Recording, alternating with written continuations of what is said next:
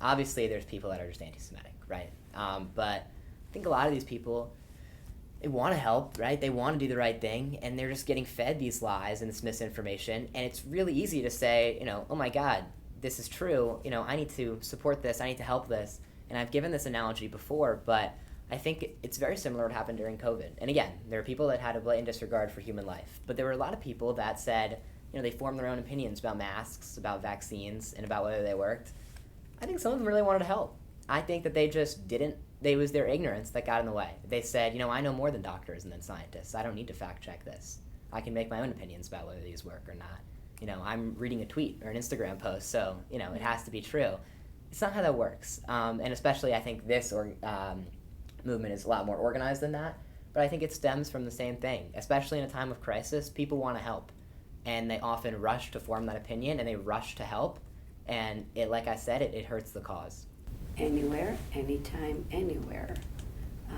I happened to be in Israel when there was an intifada.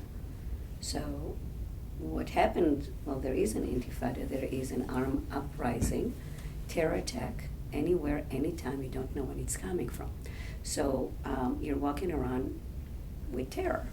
I happened to be with my children. I wasn't living in Israel at the time, but I'm from Israel, and I went to visit home, and I was with 3 of my children. And it was constantly avoiding public places. It was looking around constantly and seeing if there is someone who looks different from what they need to be. Is this big woman who is an Arab, is she a really big woman who is an Arab? Or does she have something underneath her big dress? So even someone who is very much like what Avi said, very pro-Palestinian, right? I'm pro-Palestinian. I want the Palestinians to live with peace and dignity and raise their children. So even someone like me who would want to embrace that individual and speak with her and talk to her and, our shared humanity and be in any kind of human relationship with anyone, I would have to take 2 steps back because of the fear. There is constant fear. Are they going to come and get you? It is teaching your kids to look around. It is teaching your kid to take their kippah, their cover, because you don't know if you're going in a place that is safe and they can be targeted because they're Jews.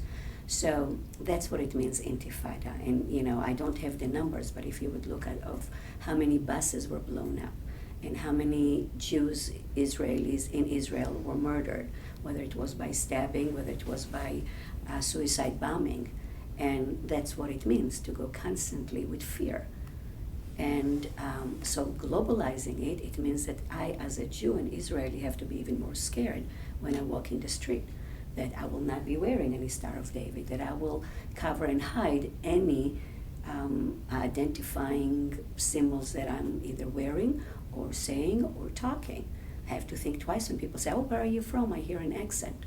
Am I going to tell them who am I really from? I worked at a restaurant in Carytown for almost a year, and I loved it. It was great. I loved my coworkers. The food was amazing. The location was great. Overall, awesome experience. And then after October 7th, for some reason, some of my coworkers' attitudes towards me started to change, which was a weird feeling because I don't know why they were thinking that a 17-year-old Jewish American high schooler had anything to do with the incoming Israeli-Hamas war. But I got into an exchange with one coworker of mine, and he told me a few things that stuck with me. Number one, he told me that Jews and Israelis control the media, which is an age-old anti-Semitic trope. He told me that he's okay with the fact that Hamas took over 200 hostages because it gave them leverage in the war. And he even told me that, quote, terrorism is the only answer. So, appalled at this, I went to my manager, who was also the owner, and I explained to her the situation, and I politely requested that I no longer work on the same shift as this coworker. And I thought that to be a pretty reasonable request, but it was not met as such. She told me that I'm likely biased against antisemitism because I'm Jewish. And I responded pretty quickly, and I told her, by that logic, you would have to be biased against women's rights when you talked about that. And guess what? She didn't like that answer. So we got into a bit of a debate. and ended with her saying, "Look, I'm not going to fire you, and I'm not going to fire him." And I'm thinking, why would you fire me? Why would that thought even cross your mind? I came to you vulnerably, telling you that I experienced anti-Semitism. On what grounds would I be fired, right? I just didn't understand that thought process at all. So I ended up walking out of the restaurant to another restaurant in Carytown, got a job there, and I walked back and I put in my 2 weeks. The first time I realized that anti-Semitism can be anywhere. Even if you think, I go to this big university, people aren't really concerned with politics here, this isn't really a Virginia Tech thing. It is. It's happening on universities you never expected. People were standing up in front of the Senate and other students. You could tell it was like a football game. You had your pro-Israel students and your pro-Palestine students, and the pro-Israel students were vastly outnumbered. And they went up there and they said what they believed to be true, but it was very hateful. You can't go up to speak to a group of people who are being educated, and say things that are biased and wrong.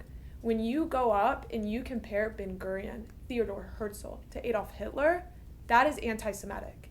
You're rewriting facts, and you are now victim blaming us. They use age-old tropism and blood libels against us, and then get upset when we have our turn to speak.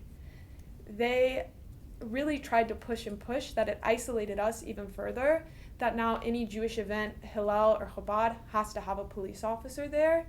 And then they came to the encampment.